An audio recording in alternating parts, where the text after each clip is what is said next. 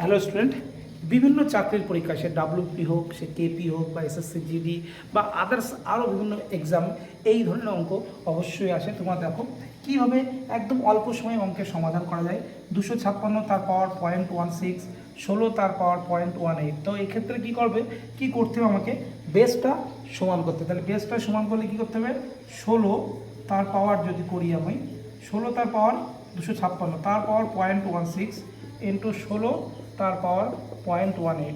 তাহলে এটা কী হয়, 16 তার পাওয়ার গুণ করলে 0.32 ইন্টু 16 তার পাওয়ার 0.8।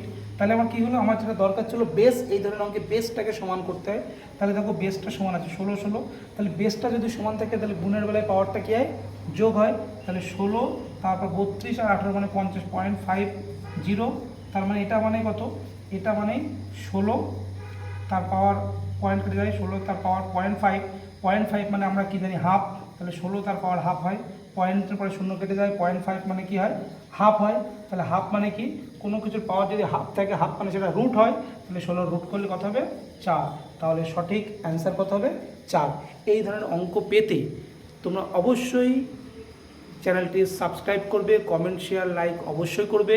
এই ধরনের দারুণ দারুণ অঙ্কের ভিডিও আসবে, শুধু অঙ্ক বলে নয়, জিকে, জিআই, রিজনিং সব কিছু যেটা পরীক্ষা ওরিয়েন্টেড পরীক্ষায় থাকবে।